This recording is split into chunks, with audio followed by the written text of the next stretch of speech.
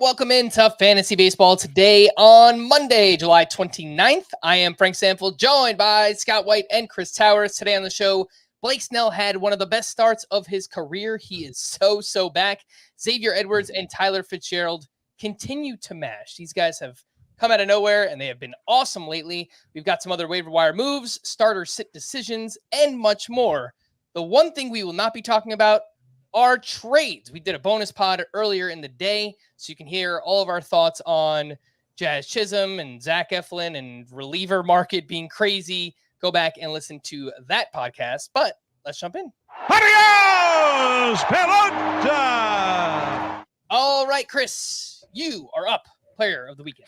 Yeah, Blake Snell, who had one of the best starts of his career. 6 shutout innings against the Colorado Rockies.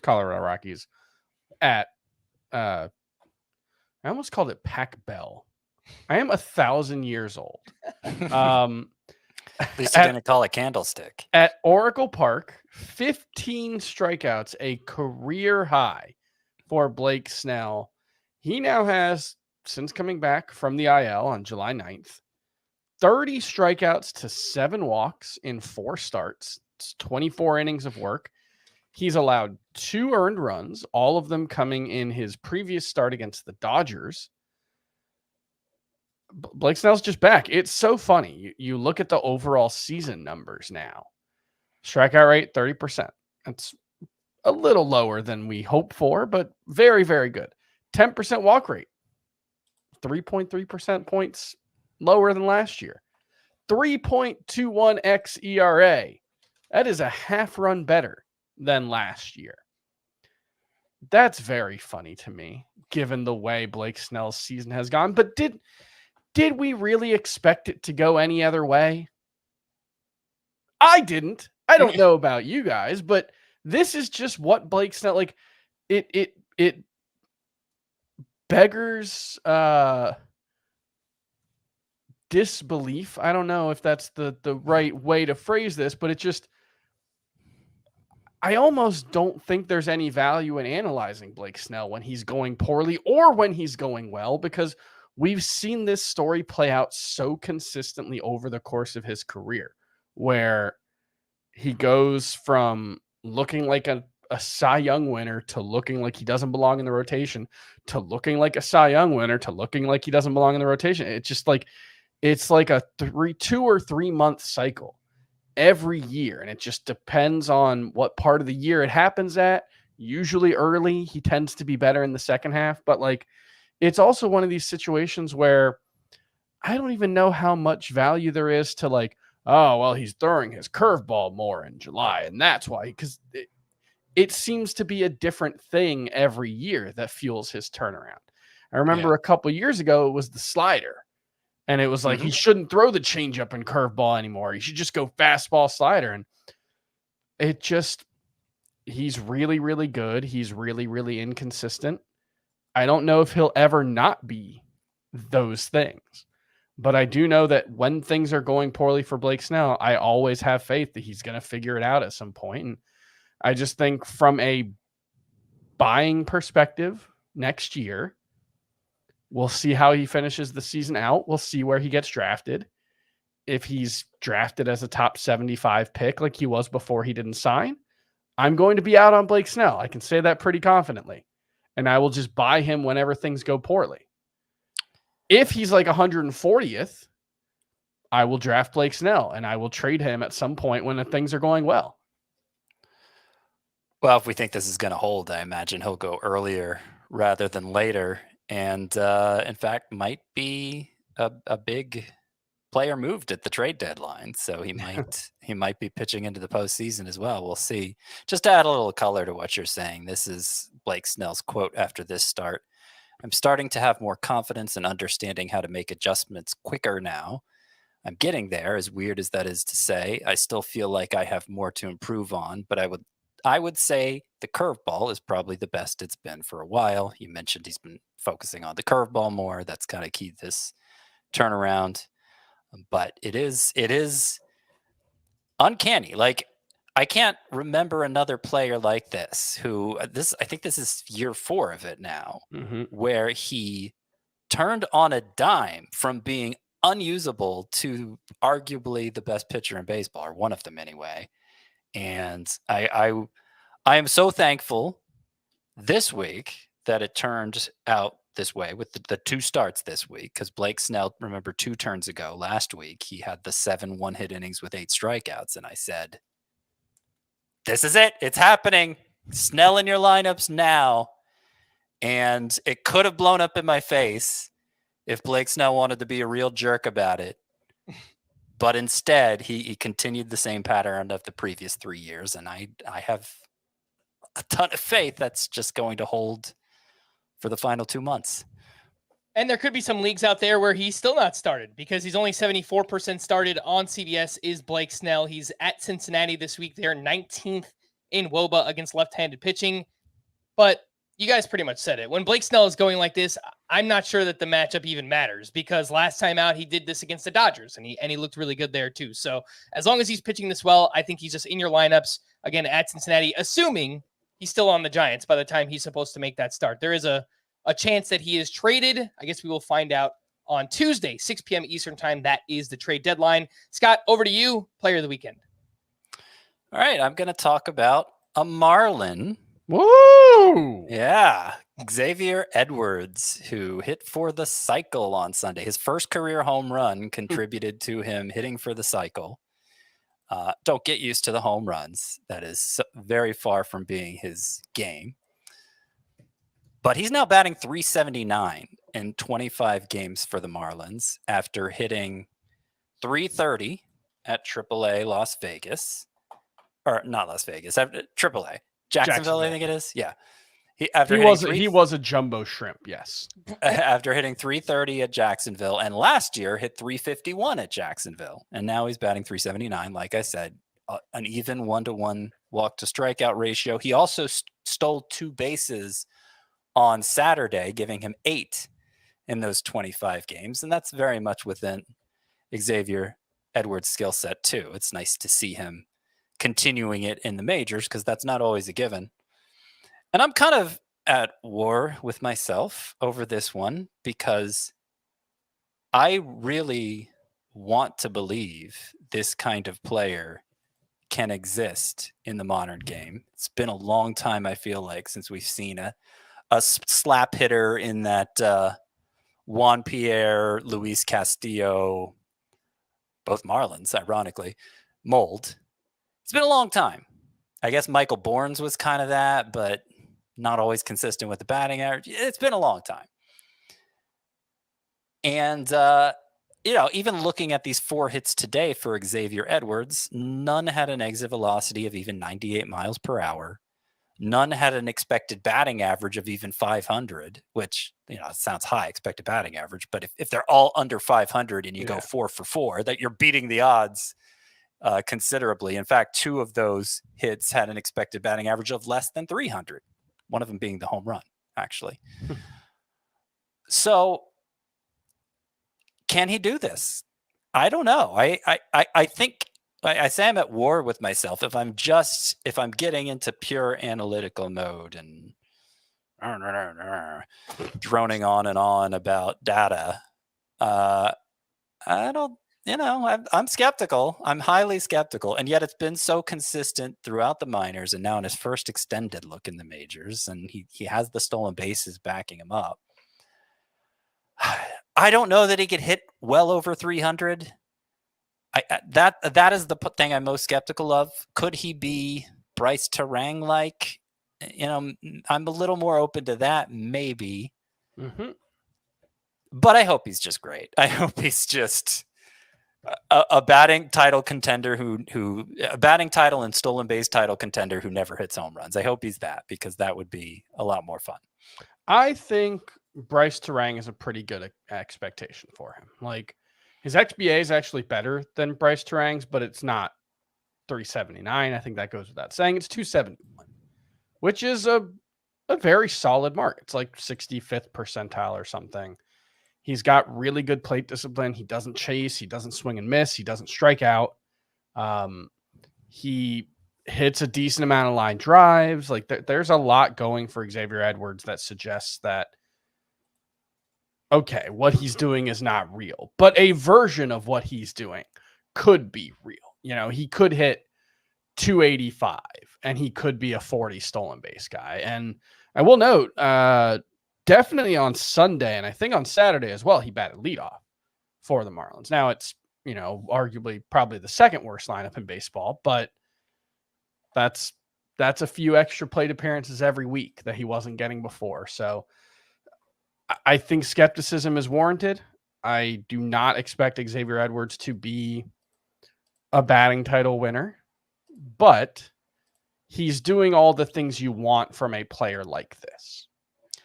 It ended up being a 35-point week for points leagues. 14 of those points coming today.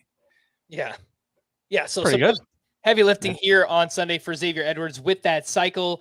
Just looking at some projections on Fangraphs rest of season. Steamer has Xavier Edwards 281, 2 homers, 25 runs, 8 steals rest of season, over 50 games.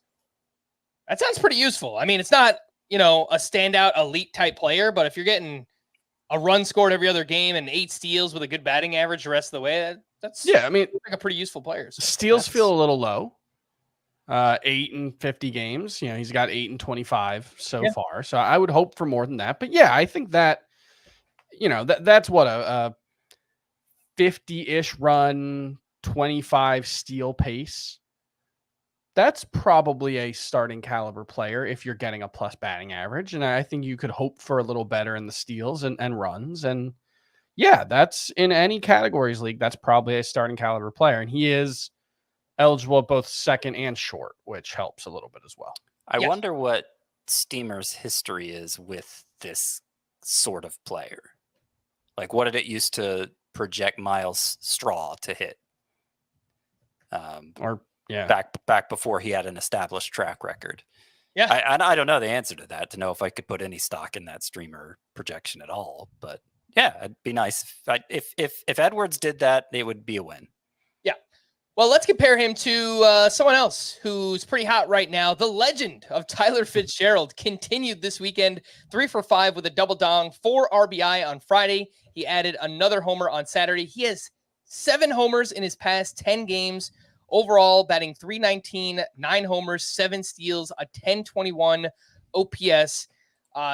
88 mile per hour average exit velocity, not great, but 12% barrel rate, pulls the ball a lot, lots of line drives, up to 61% rostered. So this has been a pretty meteoric rise, similar to what we saw from Rhys Hines, where, I mean, this guy is hitting as many home runs as he is. People are taking note, and obviously they are adding him in fantasy.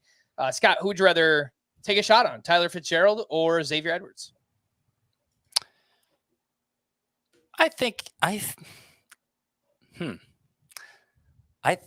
Edwards, actually. Just if for no other reason, because I think Fitzgerald can slump his way out of a job, and Edwards probably not, given the current state of the Marlins, and the stolen bases will make up for a lot of shortcomings there. Fitzgerald's an interesting one too, though, because it sort of like Edwards, the minor league numbers consistently fantastic, but doesn't hit the ball all that hard. And now the major league numbers fantastic, still not hitting the ball all that hard. He strikes out a lot too, which you'd think would be the only way to overcome that is to hit the ball really hard. Well, Tyler Fitzgerald doesn't do that.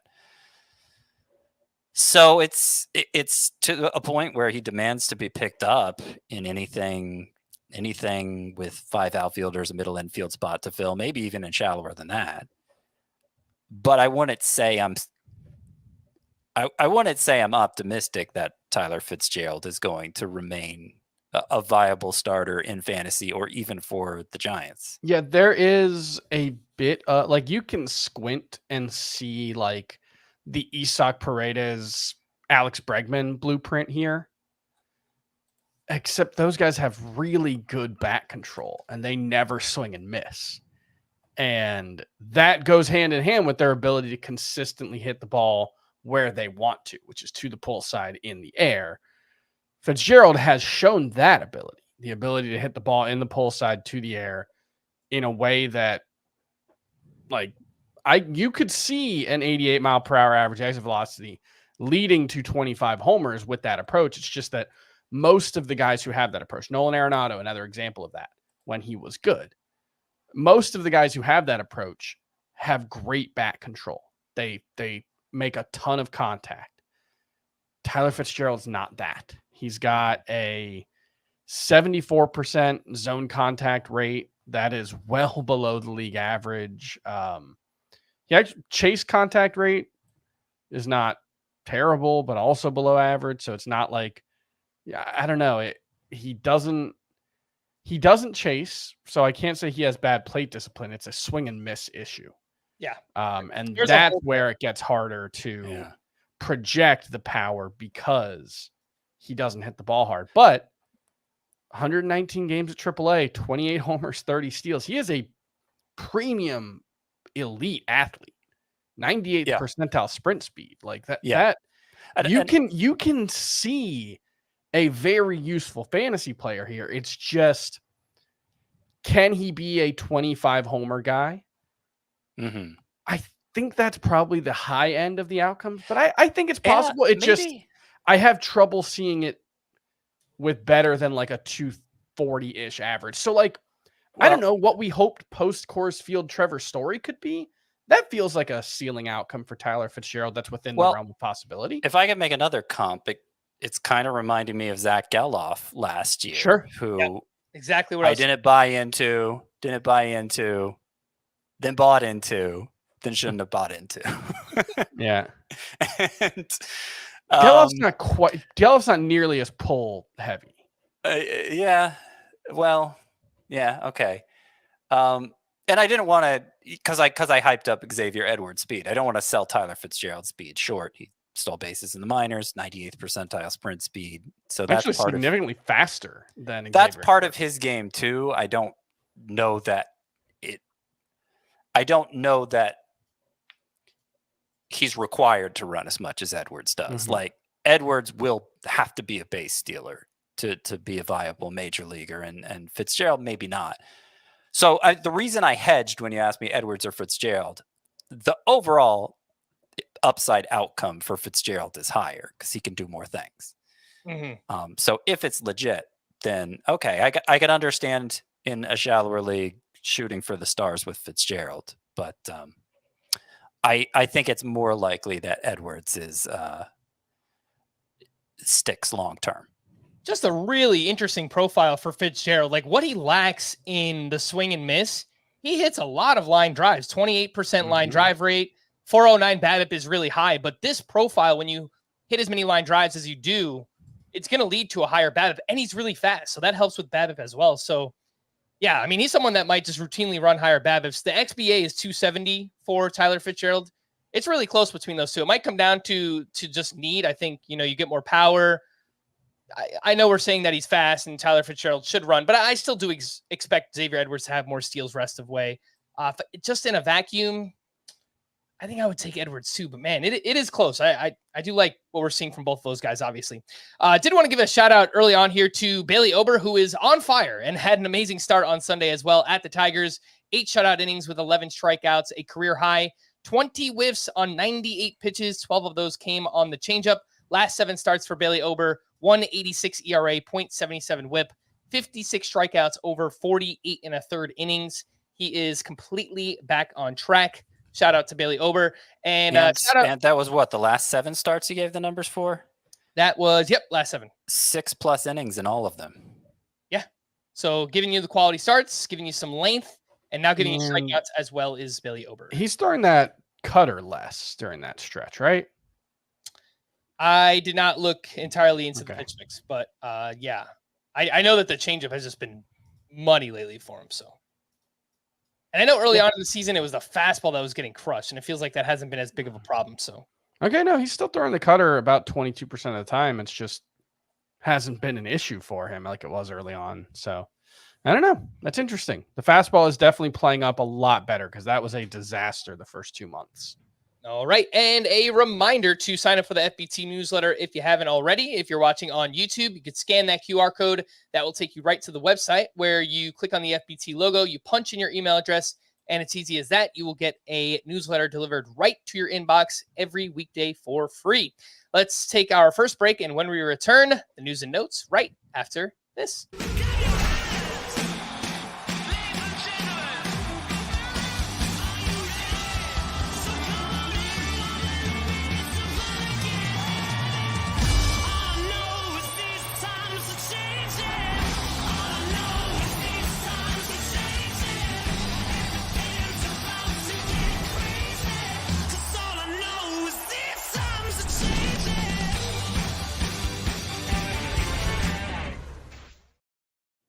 Welcome back in. This might be a weird way to start off our news and notes segment, but did you guys ever read A Series of Unfortunate Events back in the day? Books? No, I did They're not. pretty good. Actually, yeah, I like those books. I think that they should add a new book that just chronicled Kodai Senga's entire year of 2024 because, my goodness, I mean, battled shoulder and triceps injuries all year, finally made it back on Friday and was pitching well. 9 strikeouts. Suffered a high-grade calf strain while trying to get out of the way on an infield pop-up. It's like just a weird, again, it's just, I don't want to beat it into the ground, but the series of events that happened here for Kodai Senga, for things to turn out the way they did, is just really, really bad for him. And very upsetting. Very upsetting because he came back looking like the best he's ever been. Himself, and like all our months of stashing him, I have stashed in like half a dozen leagues where we're going to pay off tremendously. And it wasn't even his arm, it was his calf. Gosh. So, I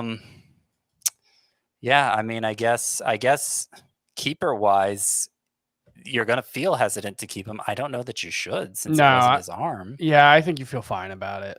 I was stuck for a second on series of was that the one where like they made a movie and Jim Carrey played Count Olaf, and then they made a show and Neil Patrick Harris played Count Olaf. Is that what you're talking about? Right, series of unfortunate events. I know the Jim Carrey one. I don't know that I know about the Neil Patrick Harris, but it might be right. Okay, so I'm vaguely familiar with Lemony Snicket.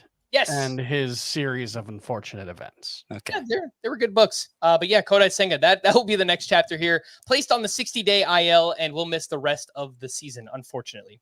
Devin Williams was activated from the 60-day IL on Sunday. He threw 4 scoreless innings with 6 strikeouts on his rehab assignment. He actually made his debut here on Sunday. He got the 9th inning with a 4-run lead, gave up a hit and a walk, but struck out 1.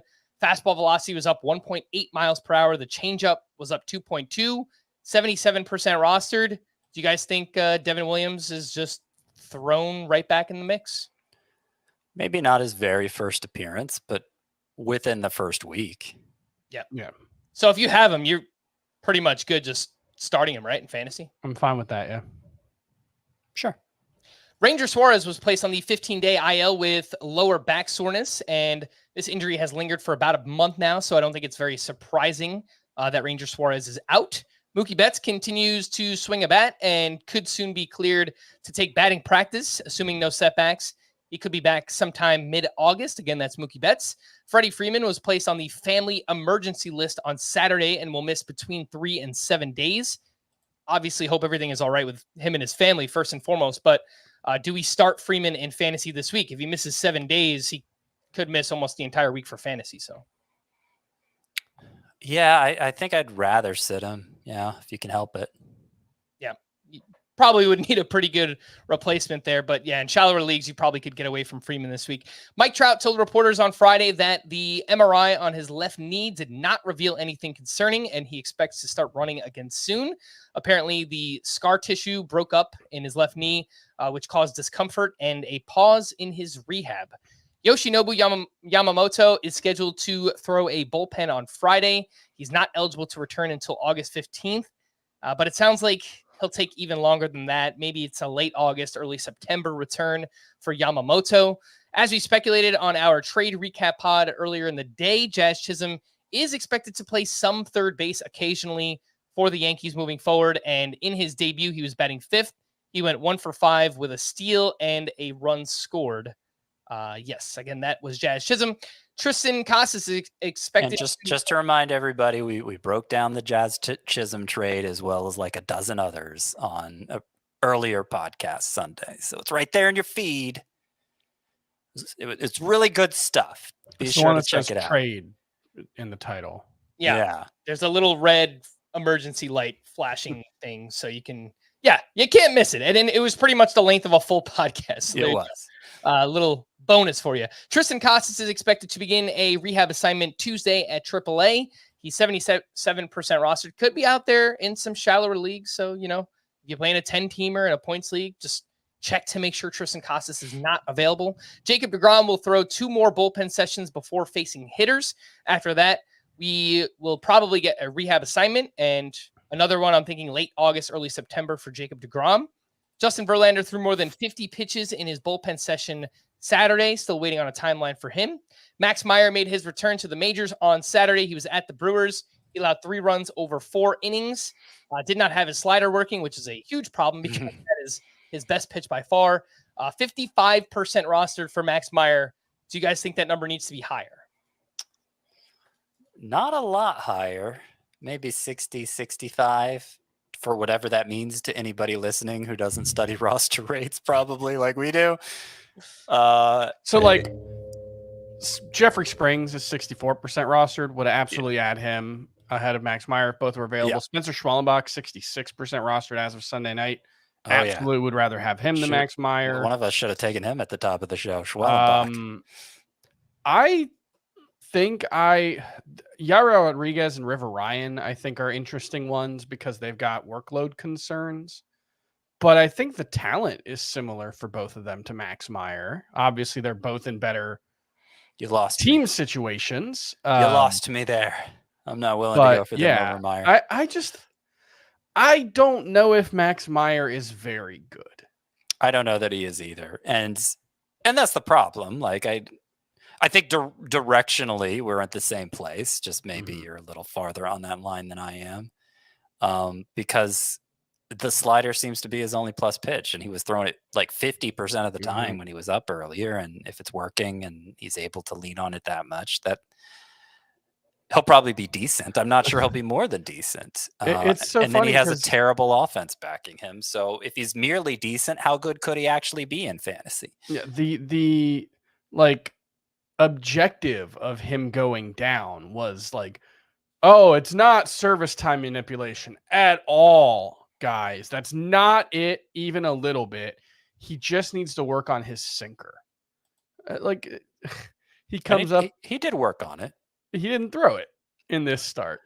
No, he didn't, but he did. He did. I don't know if it was the sinker especially, but he did cut way down on his slider use, particularly in his first few turns in the minors, which is why he was so bad at AAA.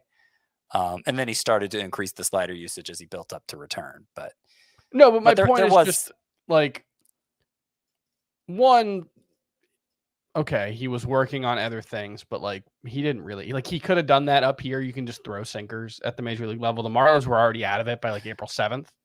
Right. And 2, the bigger thing is just he went down ostensibly to work on his approach and his arsenal. He comes back and it's basically the same arsenal that led to one good start early in the season, but overall was fairly underwhelming. Yeah. And still looks pretty underwhelming. So I don't know. Yep. We mentioned the name, but Jeffrey Springs was reinstated from the IL and will make his season debut Tuesday against the Marlins. In 12 rehab outings, 450 ERA, 134 whip, 64% rostered. I agree. I would take Jeffrey Springs over Max Meyer. Here's a name we haven't heard in a while. Joe Musgrove incorporated all of his breaking pitches in his most recent bullpen and could begin a minor league rehab assignment this week. Brenton Doyle left Sunday's game with an apparent right finger injury. You might have to plan for a replacement there. Bruce Bochy said Josh Young is doing great after playing rehab games at AA on Friday and Saturday. Young's attempting to return from a few setbacks on his wrist. Zach Eflin will make his Orioles debut Monday against the Blue Jays, which should make him a 2-star pitcher, right, Scott? Yep. Okay. Yes, sir. And we're pretty much just throw Eflin in there, right? 2 starts. I have him a tier below must start, but yeah, you're probably going to start him. Michael Harris said Friday that he is confident he will be able to return by August 14th, which is when he is eligible to come off the 60-day IL. Giancarlo Stanton is on track to return Monday. He's been out since mid-June with a left hamstring strain. Chris, are you good getting your boy Stanton back in lineups. Let me see. The one league that I know I have him in, I'll start him over Mark Canna. So yeah, that's a 15-team league. That's an easy call. Yeah. I don't think he's him over Reese Hines in the league where I have him. Yes, Hines also not even in the majors anymore. Stanton 14% started on CBS. 3 outfielder leagues. You probably don't have to do it. Yeah. 5 outfielder leagues. Obviously, you're getting Giancarlo Stanton in there. Ronaldo Lopez was removed Sunday as a precaution due to right forearm tightness. He's scheduled to undergo an MRI. Doesn't sound good anytime we hear the forearm, and obviously the innings are building up too. So, scary. He didn't have like a velocity drop in this one. If you're looking for reasons to be encouraged, as I am, as a Braves fan, and Jared, somebody who has Reynaldo Lopez in his most important league. Yep. All right. Jared Jones threw 30 pitches in a bullpen on Saturday and used all 4 of his pitches. He'll throw another bullpen this week. Brian Wu exited his start early on Saturday with discomfort in his right hamstring, the same hamstring he went on the IL for back in June. He is 82% rostered, 37% started, and Brian Wu faces the Phillies this week. I would probably get away from Brian Wu if you could. Hayden Birdsong was optioned back to single A Sunday after another strong outing on Saturday. He went 5 shutout innings with 8 strikeouts, had 20 whiffs on 106 pitches. And now in 6 starts, 2.97 ERA, 122 whip. If you guys picked up Hayden Birdsong, do you hold on to him? I don't have any clue when he'll be back. Yeah, he's the 5th starter. He's got to be the 5th starter. Well, Cobb is coming back this week. I read that Birdsong, now that he's been, I don't know, he got sent back down. He can't be back for 15 more days unless somebody goes on the IL. But that's I wondered if that was the case for a 27th man. But I guess you're saying it is. Or I guess if they trade somebody away, maybe they can call him back up. I know it works for the IL. I would assume that that's only from that can't be from when he was called up for the 15-day IL though. That has to be from the 21st, I would guess. That rule wouldn't make any sense otherwise. Okay, so Kyle Harrison's last turn was good. Good, yeah. And so I guess it comes down to Hayden Birdsong and Harrison, unless they trade Blake Snell. Which it sounds like. Then all our wildest dreams will come true. Hayden Birdsong will be singing for us all year long. Can I go back to Brian Wu for just 1 second? Yep. We mentioned Schwellenbach and Springs being about 65% rostered. I'd rather have both of them than Brian Wu at this point. I think Brian Wu, 87% right, 82% rostered, that's too high. There's just no upside here on a start-to-start basis. Like, has he had a start with more strikeouts than innings pitched? He has 1 start all season with more strikeouts than innings pitched. And these outings keep getting cut short. I don't know how you could start Brian Wu. Can we just get into Schwellenbach now, because like he's available in more than a third of leagues, and he had this ridiculous start, and the show is halfway over. We should talk about him. Can we talk about him? Go ahead, Scott. All right.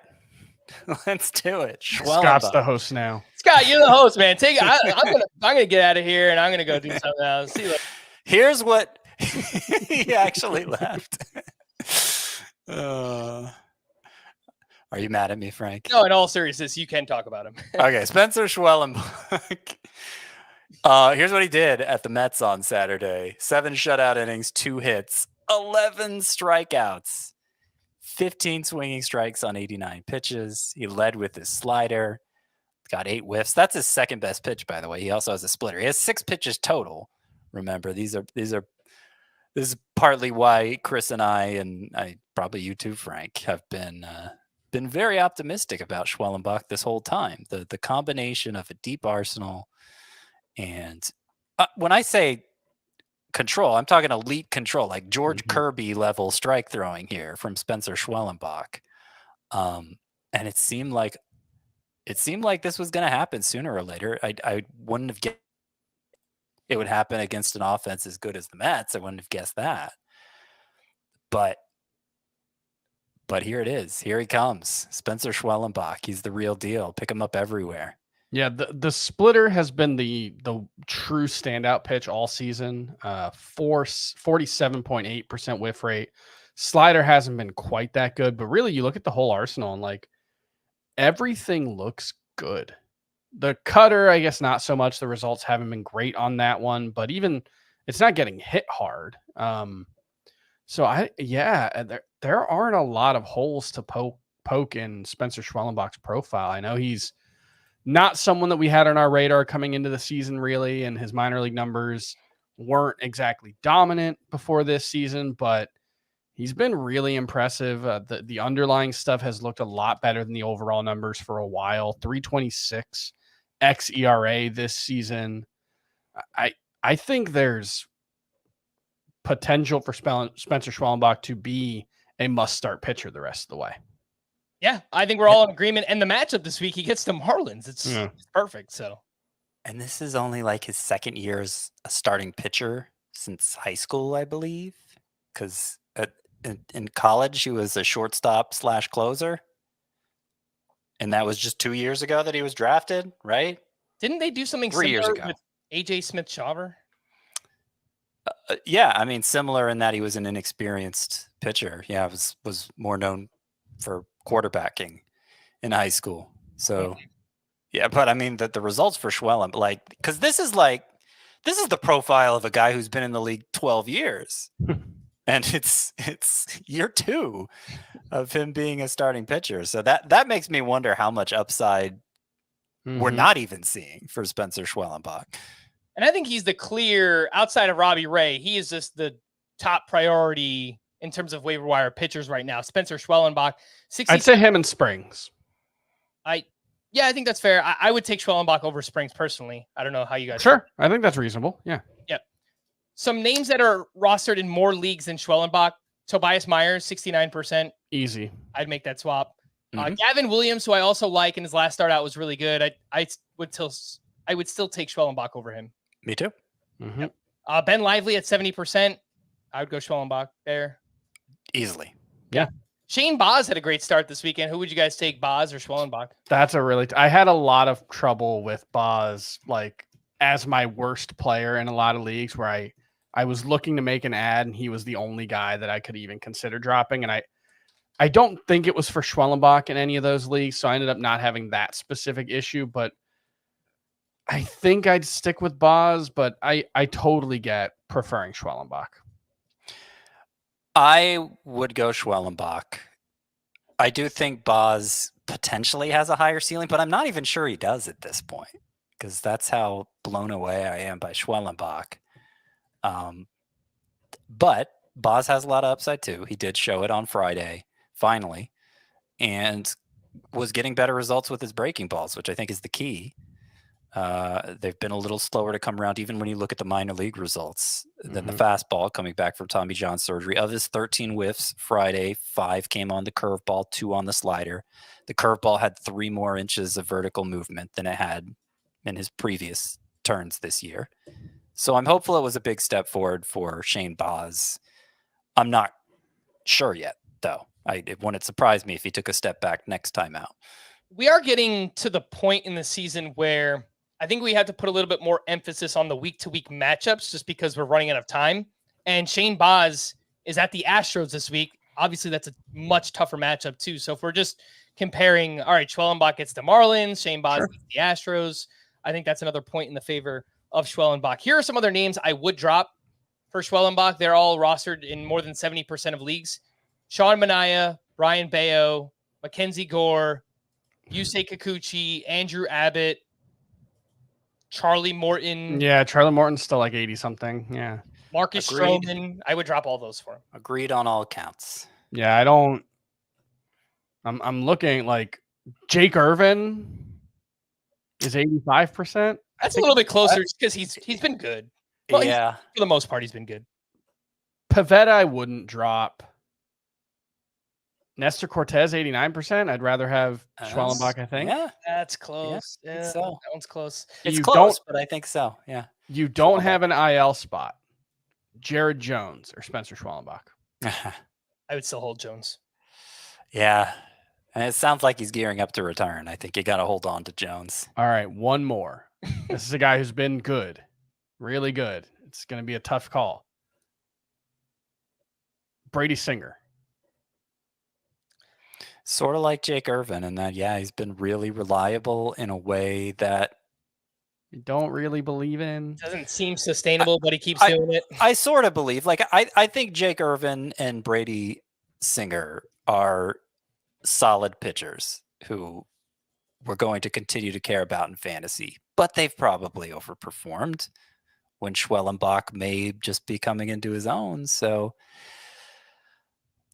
if push came to shove, I'll go ahead and say I'd get rid of either Irvin or Singer for Schwellenbach. However, I should hope you don't face that decision because you have worse players you could drop. I am going to quickly wrap up the news and notes, and then we will hit a break, and then we will get to hopefully the rest of everything else from this weekend. The Giants placed Tyro Estrada on the IL. Nick Gonzalez went on the IL with a left groin strain. The Marlins placed Josh Bell on waivers, hoping to gauge some interest in a potential trade. He does have 5 home runs in his past 7 games. Oh, he's been super hot. The Guardians promoted pitching prospect Joey Cantillo, but he was not great on Sunday. John Gray removed from his start without even throwing a pitch. He apparently suffered an injury during warmups. Jose Miranda left Sunday after getting hit in the head by a pitch. Pretty scary stuff, and something we continue to say, this happens way too often. Miranda did pass concussion protocol. We had another trade, a much smaller one. Carson Kelly was traded to the Rangers for pitcher Tyler Owens and catcher Liam Hicks. Some prospect updates. Blue Jays top pitching prospect Ricky Tiedemann will undergo Tommy John surgery Tuesday, and given the timing, safe to say that he'll miss all of 2025 as well. Mariners catcher prospect Harry Ford was placed on the minor league IL with a concussion. And Scott, one name I know that you've mentioned recently, I believe on an FBT and 5. I just saw the Tigers are promoting Dylan Dingler, who has some pretty big numbers in the minors. Any interest in 2 catcher leagues? Yeah, in 2 catcher leagues, if you've had trouble filling that second spot, Dylan Dingler, I imagine is going to be their primary catcher to close out the year. He's always rated well for defense, but not such a good hitter until this year at AAA. 308, 17 home runs, and 938 OPS. Cut down, way down on the strikeouts, about 21% that rate. After being nearer to 30 for most of his minor league career, is 25 years old. So, you know, maybe that explains him coming around against AAA pitching in a way that's not going to translate to the majors. But in 2 catcher leagues, if you want to take a look at somebody else, I think Dylan Dingler's in the discussion. All right, let's take our final break. When we return, some waiver wire options. We'll do that right after this. Well, you need your sports news anywhere? We've got breaking news to bring you. Then get your sports anytime you want them. Big trade news overnight to discuss. Because we know you need sports all the time. A lot of movement in the rankings this week. A legend adds to their legacy. We're bringing you that breaking news right here on HQ. CBS Sports HQ, anywhere, anytime, all the time. Welcome back in. Waiver wire pitchers, the non-Schwellenbach division. And this first group, we'll throw Shane Baz in there. 6 innings, 2 runs, 7 strikeouts up against the Reds this weekend. Kyle Harrison was awesome up against the Rockies. 6 2/3 innings, 1 hit, 1 run, 11 strikeouts. He had 15 whiffs on 106 pitches. And Ben Lively turned in another strong start, this time at the Phillies. 6 innings, 1 run, 6 strikeouts. I keep waiting for the Lively thing to end, but 3 earned runs or fewer in 16 of 18 starts. He did throw more secondary pitches in this one, and so it worked. But Chris, how would you rank those 3? Shane Baz, Kyle Harrison, and Ben Lively? Baz, Gap, Lively, Harrison, I think. Harrison, like, I want to believe this is a young pitcher who was a top prospect who got a ton of strikeouts in the minors, but this is the first time really all season that we've seen any kind of strikeout upside from him. He didn't throw the fastball. He's been throwing the fastball like 65% of the time, something like that this season. And that wasn't the case in this one. So maybe he's starting to change and get the feel for the breaking ball. But I think the likelier explanation is just that it's the Rockies on the road. Baz, we mentioned it earlier about the curveball. That seems like a big deal that he had that working because he didn't have that in the AAA starts at all. He didn't really have it in his first couple of starts here. Getting it back, that could be a significant difference maker for him. All right, waiver wire pitchers part 2. Tyler Phillips, not someone we've talked much about, but he pitches for the Phillies, and he threw a 4-hit shutout against the Guardians. He allowed just 1 walk with 4 strikeouts. He had 10 whiffs on 105 pitches. 26 years old. Minor league numbers are not great, but the individual pitch characteristics look pretty interesting, actually, for Tyler Phillips. River Ryan pitched well at the Astros, 5 2/3, 1 run, 8 strikeouts. Dean Kramer, a quality start up against the Padres, 6 innings, 1 run, 7 strikeouts. And Zach Littell had a great start up against the Reds, through 7 shutout innings with 5 strikeouts, had 12 whiffs on 96 pitches. Scott, how would you rank those options? Tyler Phillips, River Ryan, Dean Kramer, and Zach Littell. Well, I'm not super confident in this ranking. I don't dislike any of them. I don't especially like any of them. I think if you're going to, if you want to shoot for upside, I think you could take a shot on River Ryan, who showed great swing and miss in the minors. Was a ground ball pitcher. Yeah, I'm making sure I'm not mixing him up with Justin Robleski, who was a fly ball pitcher. River Ryan was a ground ball pitcher who also got a lot of swings and misses. And through 2 starts has looked pretty good. I mean, this is a tough offense he was facing. 2 hits, 8 strikeouts. Obviously, River Ryan has the Dodgers backing him. I don't know how long he'll stick around. I mean, so there was a quote from Dave Roberts where he was asked, they've got a bunch of days off coming up, so they don't need a 5th starter. And he basically said, yeah, I don't see why he wouldn't stick around. I would think at this point he's earned the spot over Justin Robleski. So. And I will say his major league debut was the first time as a professional that he pitched into the 6th inning. Today, or Sunday. Yeah. Yeah, Sunday. 5 2/3. So did it 2 starts in a row. This time he threw 91 pitches. His career high as a professional in pitches before that was 76. So they're already stretching him. He was at 77 at the end of the 5th inning, and they let him go back out for the 6th. So that's a good sign that he's grown in their eyes and that they trust him. And obviously he's a super talented pitcher. So yeah, I think Ryan is a cut above the rest of this group.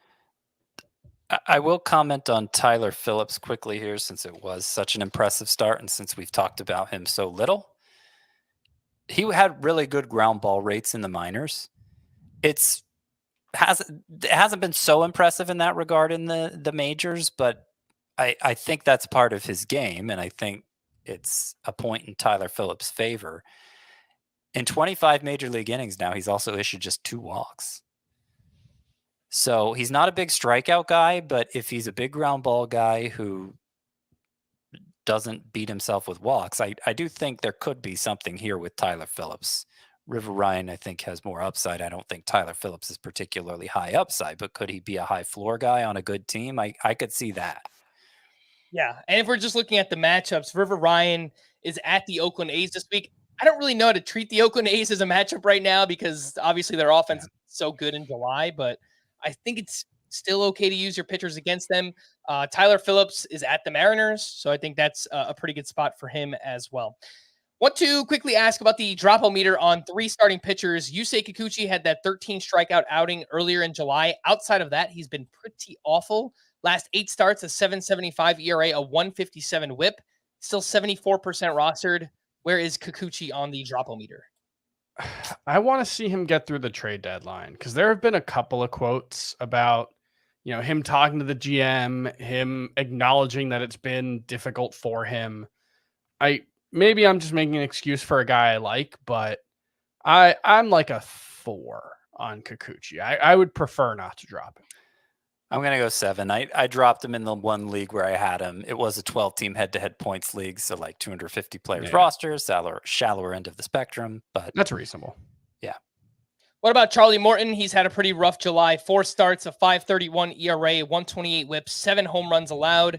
The problem is that he gets the Marlins this week. So again, if you're playing the matchups, it's a pretty good one. 9. Yeah, 9. I'm fine with start streaming him against the Marlins, but he should just be a streamer at this point in his career. And then Drew Thorpe. Are you 9. kidding me, man? I mean, this 10. stat line on Friday, 2 outs recorded, 8 earned runs, 3 homers allowed to the Mariners. I mean, 10. but this is what we've been warning about all along. He has technically like 6 pitches, right? He has 5 pitches. He throws 1 pitch. Like the changeup is the only pitch that's any good. And if that's not outstanding, he has no hope. So I'm not giving up on him in forever, but like even in a 15-team league, I think he's pretty fringy. That's what I was going to say. I dropped Thorpe in a 15-team roto league without much hesitation. So if I'm doing that it's a 10. Yeah, I dropped him in Tout Wars as well. I apologize. I told people to stream him last week, and I mean, if it makes you feel better, I started him in Tout Wars too. So. I always say it. Streamers, especially this time of year, you're gonna be choosing among some bad pitchers, and it'll blow up in your face sometimes. Yep, and that it certainly did. Let's talk some waiver wire hitters and 2 potential corner infielders. I know Colt Keith does have the second base eligibility, but I think both are really good and could be out there in some shallower formats still. Colt Keith, another big game on Saturday, 2 for 4 with a triple and his 11th home run. He continues a massive July, batting .333, 7 home runs, and 1114 OPS. And Mark Vientos is looking to pick things back up, 2 for 3 with his 14th home run on Friday. He went through a little bit of a dry spell before that, but the July numbers are basically back on track here for Vientos. Who would you guys prefer, Colt Keith or Vientos moving forward? I think Vientos. It's a better lineup, more raw power, but I like what I've seen from Keith lately. Vientos has the better matchups this week, if that is factoring into your decision. Okay. 1 middle infielder, Luis Garcia, had a big game on Friday, 2 for 4 with 3 RBI and 2 steals. He is having a big month, .338, 4 home runs, 4 steals, a .978 OPS. Luis Garcia, 59% rostered. Where would he rank among the Xavier Edwards and Tyler Fitzgerald group? Behind. Yeah. Just because of the platoon issue. Mm-hmm. But I do have him as a sleeper hitter for this week, with the Nationals having only 1 lefty on the schedule.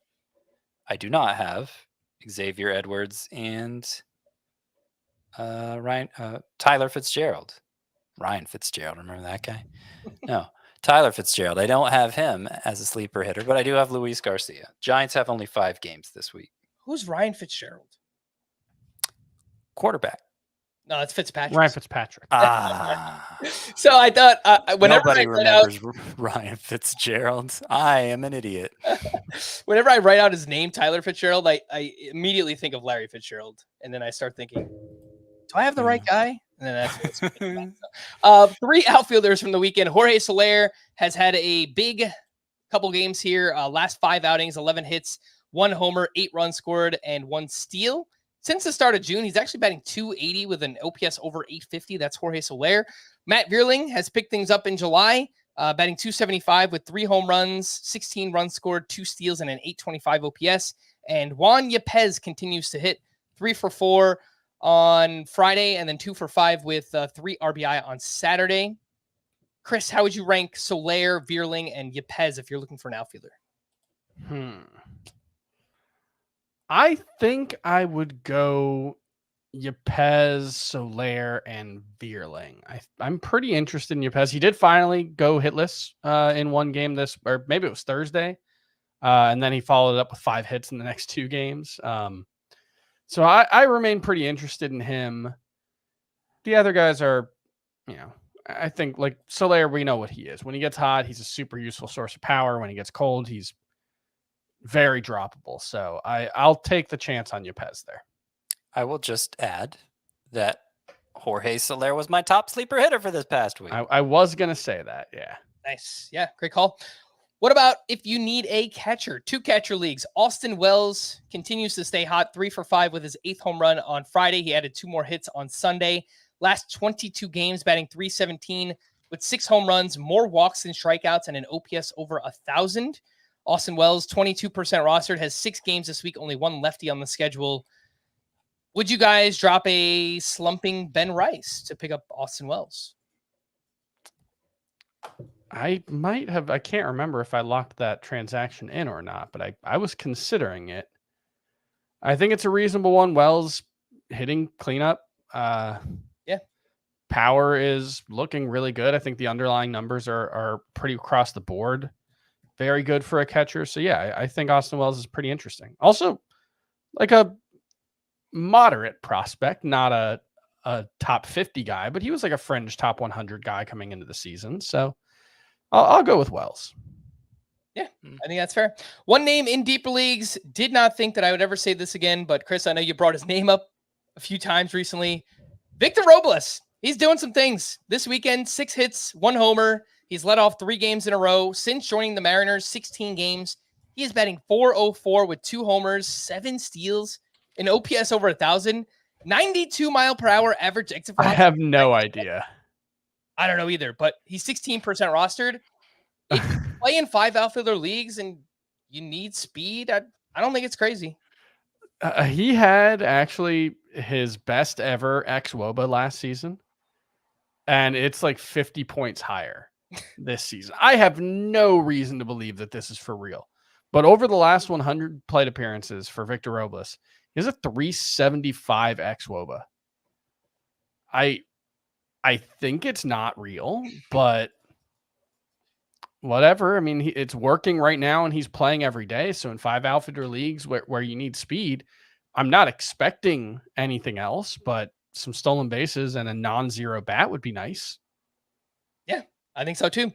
We are going to run a little bit long because we can recap, lots to get to, but run through some of these names.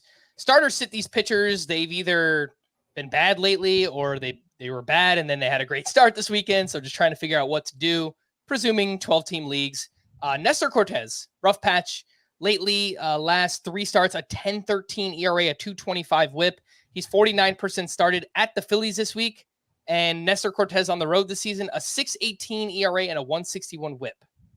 And fairly easy sit this week, I think. Pretty easy bench, right? Yeah. I don't think he's a must roster at this point. Well, we just said we'd drop him for Schwellenbach, so. Mm-hmm. Sonny Gray, his struggles continue. He was up against the Nationals, 5 innings, 5 runs allowed, 7 strikeouts, did have 15 whiffs on 90 pitches, but last 5 starts for Sonny Gray, a 6.67 ERA, a 1.55 WHIP, and he is home against the Rangers this week, 24th in WOBA against righties. I'd start him. I want to call him an automatic start. I'm thinking like a shallower head-to-head league, but I wouldn't be afraid to start him. Kevin Gausman turned in a complete game up against the Rangers. He clearly heard me say that he stinks now, and then he went out and had a great start. But he allowed 3 earned runs. He had 8 strikeouts, had 14 whiffs on 118 pitches. Still gave up lots of hard contact. This was the best the splitter has looked in a while for Kevin Gausman. 72% started at the Yankees this week. What do we do with Kevin Gausman? Oh boy. I would lean against starting him, but I will point out that his velocity, up about 1 mile per hour across the board in this start that went so well. That was also true on July 5th, velocity up on everything. And he had 10 strikeouts in 6 innings, 2 earned runs allowed in that start. So it does seem like Gausman is right at the threshold of for his velocity, him being a good pitcher or a bad pitcher. And we've seen, I think that's 2 of his last 4 turns now, him have that improved velocity that's allowed him to be a good pitcher. So not all hope is lost here, I guess is all I'm saying for Gausman. I'm not supremely confident in him, but there is still something here. Cutter Crawford is going through a bit of a rough patch right now as well. He was up against the Yankees this weekend, 4 2/3, 5 runs allowed. He gave up 3 homers, and he's allowed 5+ earned runs in back-to-back starts, 8 home runs total. It was against the Yankees and Dodgers. Some pretty tough matchups there. 56% started at the Rangers this week. What do you guys think about Cutter Crawford? I think he's droppable. I think the way the ball is carrying, he's one of the most fly ball prone pitchers in the game. And he's crossed the threshold too. Like when the ball wasn't carrying well, those fly balls were outs. Now they're home runs. And I just don't think there's enough good to cling to. It's not like he's a huge strikeout guy or anything.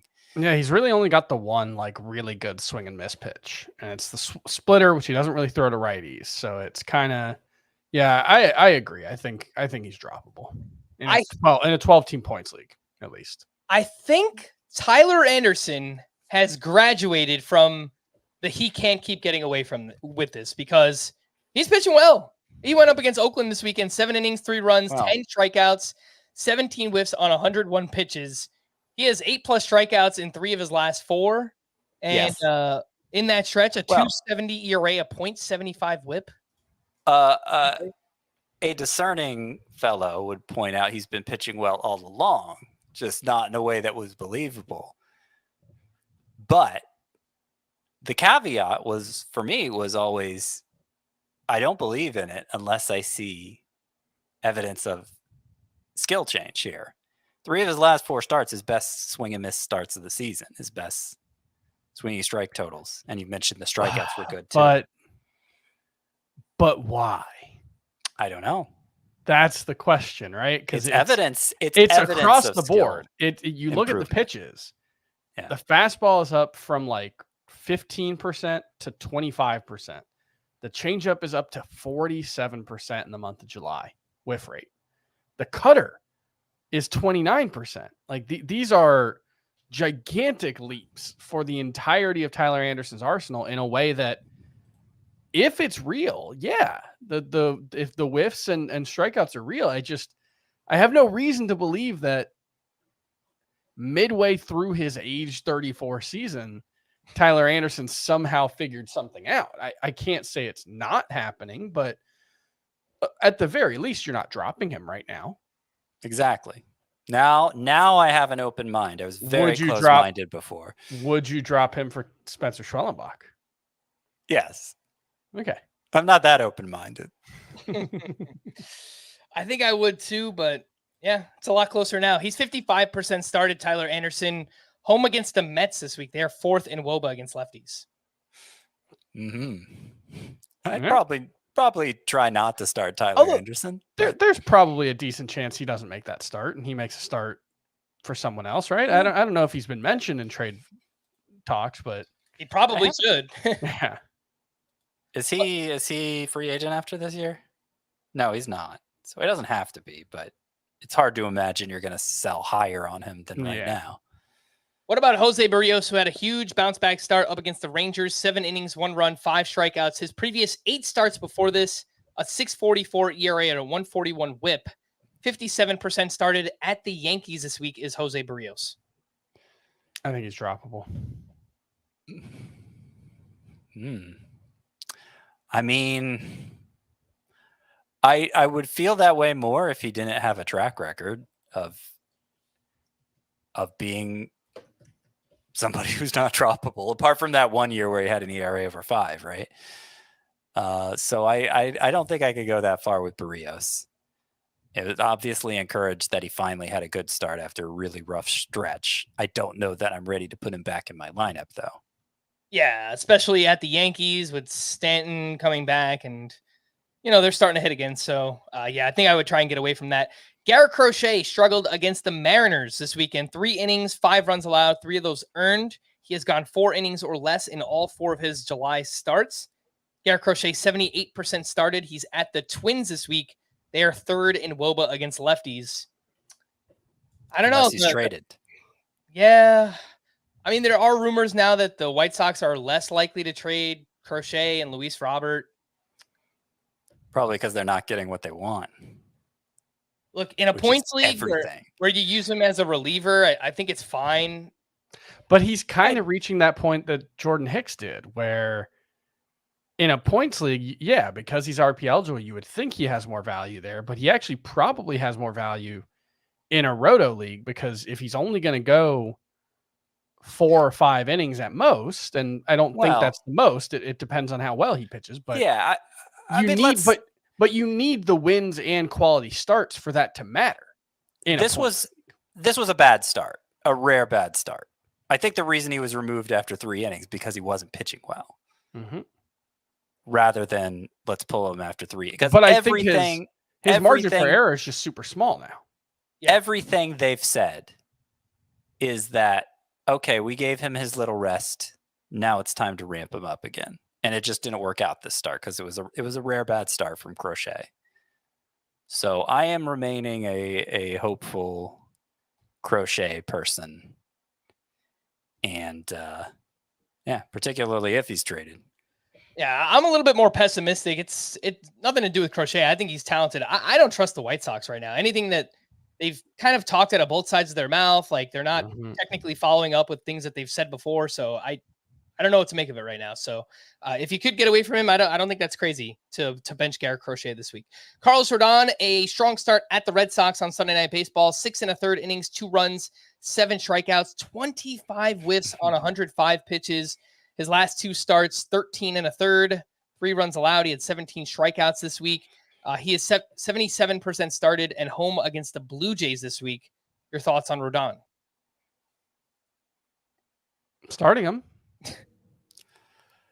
I mean, for once we didn't have him as the player of the night because there were just so many others to choose from, but he could have been with 25 swinging strikes. And this time he did the thing that we wanted him to do. He threw the fastball less, 40%. A lot of changeups, a lot of sliders. They were both great. But last time when he had a great start, he threw the fastball more, 54% of the time. So there's not even like a consistent change here to point to and say, this is why Carlos Rodon is back on track.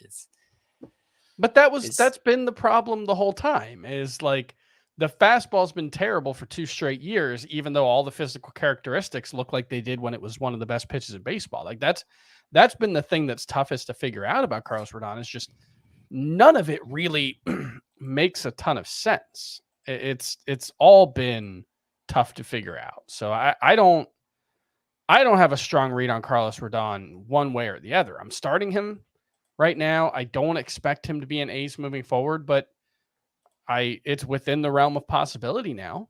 Sure. What about Tanner Houck? Last 5 starts, a 5.26 ERA, 168 WHIP. Same number of strikeouts as walks, 15-15 over 25 2/3 innings. He is at the Rangers this week. Tanner Houck. So it's the walks that concern me more than the strikeouts, because he is elite ground ball guy, and for the first 3 months this year, he was also elite control guy, and that's enough. You don't worry so much about the strikeouts if you have both of those working. But he has 15 walks here in July after having 19 walks across the first 3 months.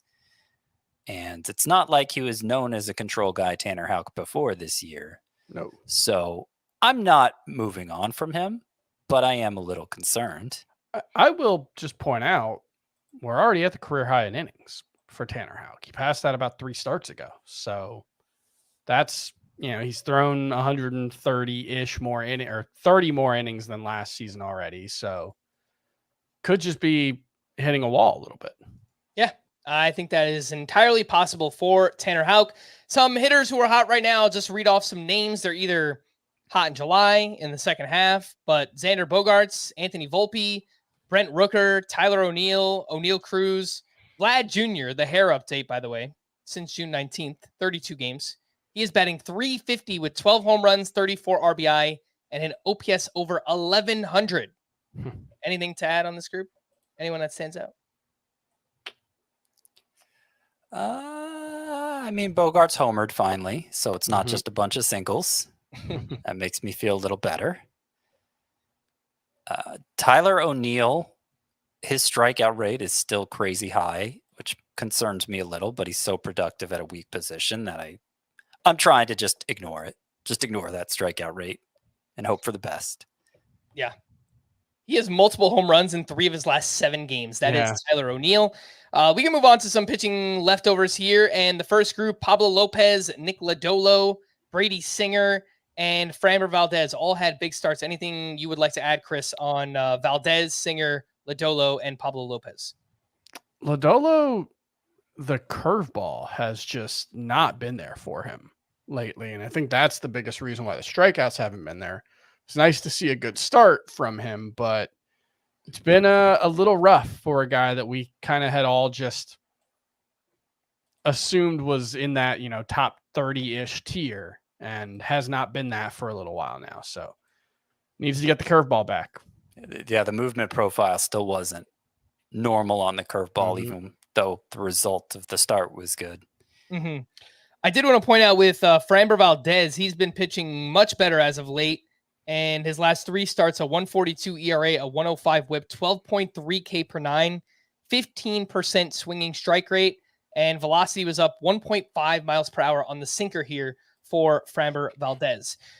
Pitching standouts part 2, George Kirby was awesome at the White Sox, 7 shutout innings with 7 strikeouts. Michael King continues his great run. He was at the Orioles, 6 1/3, 2 runs, 9 strikeouts, 15 whiffs on 101 pitches. Tarek Skubal, another great start. 7 innings, 2 runs, 8 strikeouts up against the Twins. And Hunter Green, a strong outing up against Tampa Bay, 7 shutout with 5 strikeouts. Scott, anything on Hunter Green, Skubal, Michael King, and George Kirby? Gosh, where do I begin? Okay, so let me just give you the summary of Michael King, because this just continues what's been a very long trend of dominant starts for him. Last 11, 2.27 ERA, 101 whip, 10.9 K per 9. Hooray, Michael King. You drop this King. He's achieved that status in fantasy. And Hunter Green has had a big breakthrough here in July. So 2 hits in 7 innings in this start. He has allowed 3 hits or fewer in all 4 of his July starts. So a total of 9 hits in 27 innings while striking out 29. And it looks like Hunter Green is trending toward being. I think I have him as a top 25 pitcher now. Yeah, I think I'm right on that border as well. Definitely top 30 now for Hunter Green. I did want to point out with George Kirby, his last 11 starts, a 1.84 ERA, 0.94 whip, over a strikeout per inning, 13% swinging strike rate. And this was a concern that we've had with Kirby in years past. Where are the strikeouts going to come from? Well, each of his 4-seam fastball, slider, splitter, and curve, they all have whiff rates over 28% this season. So I think it's quietly been a big step forward breakthrough season for George Kirby as well. Some hitting leftovers. Jurickson Profar, 2 for 5 with a double dong with 4 RBI on Friday. Adolis Garcia looks to pick things back up. His last 6 games, he has 8 hits, 1 homer, 2 steals. Aaron Judge, I mean, the guy is just superhuman right now. 1 for 4 with his 36th home run on Friday, 470 feet to straightaway center. It was crazy. And then 4 for 4 with his 37th home run on Saturday. He hit it up over the green monster out of that was to almost center field. I don't know. I have seen very few balls hit to that part of the park. Also, I want to point out in the notes, you put 36th home run on Friday, 47th home run on Saturday. He had a really big game. I mean, the way he's going right now, it could happen. He's incredible. Yeah. Cedar Rafaela continues to impress. 1 for 4 with a sock and a shoe on Friday. He is now up to 12 home runs, 15 steals on the season. Kyle Schwarber, 3 for 5 with his 20th home run on Saturday, 2 for 4 with a double dong on Sunday. I believe I heard or saw that it was Schwarbaum Towel Day. So there you go. You had to, yeah. You get 2 Schwarbaums on Sunday for his Towel Day. Just another big weekend for Shohei Ohtani, 2 for 3 with a sock and a shoe on Saturday. He added 3 steals total this weekend. 12 steals, I think, in July. His July pace is 46 homers, 77 steals. His pace overall is 49 home runs, 40 steals. Incredible. Awesome season. Ketel Marte continues his power binge. He has homered in 4 of his past 6 games. Corbin Carroll, kind of weird July because he's providing power and speed. He's still only hitting 205 in the month, but he's got 5 homers, 18 runs, 6 steals, and a 776 OPS. We'll take it. I'm not exactly sure what to make of that, but I guess it's progress. And Ellie De La Cruz ran wild again on Sunday, 3 for 4 with 4 steals in 1 game. This is the second time this season he's had 3 hits and 4 steals. The only other player to do that twice in a season was Ricky Henderson. I heard that on MLB Network. So that's pretty good. Ellie De La Cruz. Some bullpen updates for the Orioles on Friday. Craig Kimbrell got the 9th inning with the game tied. He gave up 2 earned runs. He took his 3rd loss. And then on Sunday, it was Yennier Cano who got the 9th inning with a 3-run lead. He gave up 1 run on 3 hits, but picked up his 4th save. Kimbrell was completely bypassed in Sunday's game Do you guys have a feel? I know this has kind of happened a few times already this year, and then Kimbrel Well, gets it happened rolled once. back. Yeah, he had a bad stretch earlier this year. Like I feel like we've seen this movie so many times over the last few years. Kimbrel just seems to lose it for a while. Yeah. And then he gets it back and he's unhittable for 6 weeks or whatever. And then he loses it again.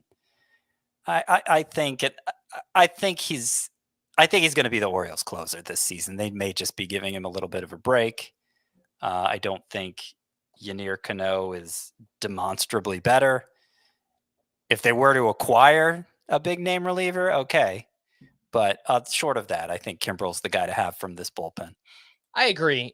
In deeper leagues, I have one with Kimbrel where I did pick up Yennier Cano here on Sunday just to handcuff the situation, and I make sure I have who I think, between those two, one of them will be the closer. So I don't think it's crazy to do something like that if you have the roster space. For the Yankees on Friday, Clay Holmes entered with 1 out in the 8th inning, 2 runners on, a 1-run lead. He gave up an RBI single to Willier Abreu, and then a 2-run single to Masataka Yoshida. Clay Holmes took his 7th blown save. And then on Saturday, he was amazing. Like nothing ever happened. He entered in the 9th inning with the game tied. He pitched a clean inning, and then the Yankees took a 3-run lead in the 10th. Clay Holmes stayed out there in the bottom of the 10th. He shut it down. 2 hitless innings, 2 strikeouts for his 2nd win. I still think they would benefit from adding a reliever. It sounds like they're still interested in Tanner Scott and Pete Fairbanks. So if the Yankees trade for one of those guys, maybe they would be the closer, but we shall see.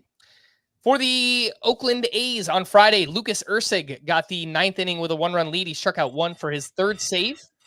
Time to eat, cats. On Saturday, Tyler Ferguson pitched a clean 9th inning for his 2nd save. So since Mason Miller has gone down, I feel like Mason Miller went a month without a save. Since he's gone down, there's been 3 save opportunities. Tyler Ferguson has 2. Lucas Erceg has 1. Were you guys looking to add either one in deeper category leagues? So Erceg has also just not been very good for a little while. He got off to an amazing start to the season and has really run out of steam. So I assumed it was going to be him, but it might just be Tyler Ferguson. Yeah. I think, in those 15 teamers, I had Ferguson ranked higher on my bids than Erceg, but I can't say for certain. And then for the Dodgers on Saturday, another day of fun here.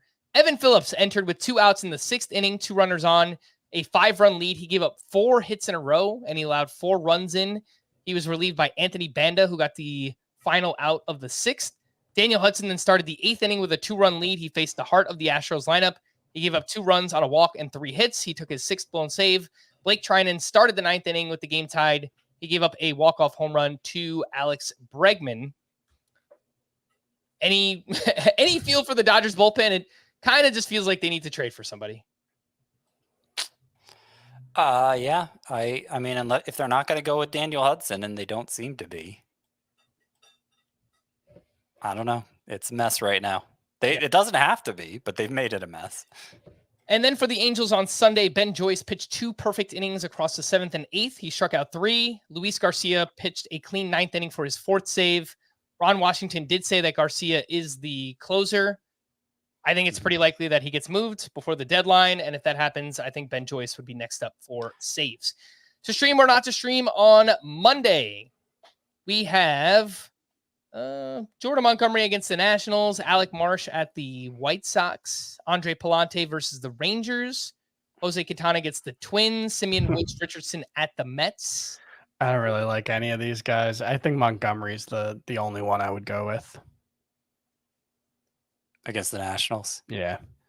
I could do Alec Marsh at the White Sox just because it's the White Sox. But yeah, it's not a great group.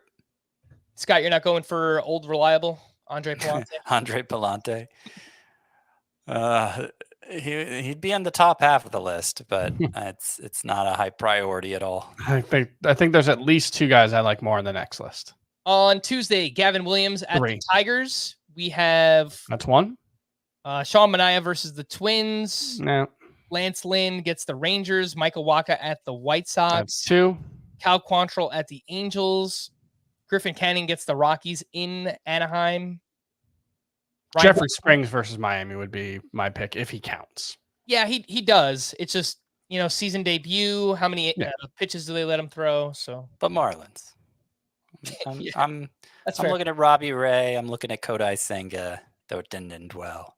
Yeah. And I'm thinking, yeah, I'll give Springs a shot. Okay. I would probably rank them Waka, Springs. Waka, Williams, and then Springs for me. I'll go Springs over Williams, but otherwise. I'd go Williams, Waka, Springs, but the top three is. I feel less confident in the order than the trio. Okay. All right, we're going to wrap there for Scott and Chris. I am Frank. Thanks as always for tuning in to Fantasy Baseball today. Please make sure to follow and leave a 5-star rating on Apple or Spotify. And we will be back again tomorrow. Bye-bye.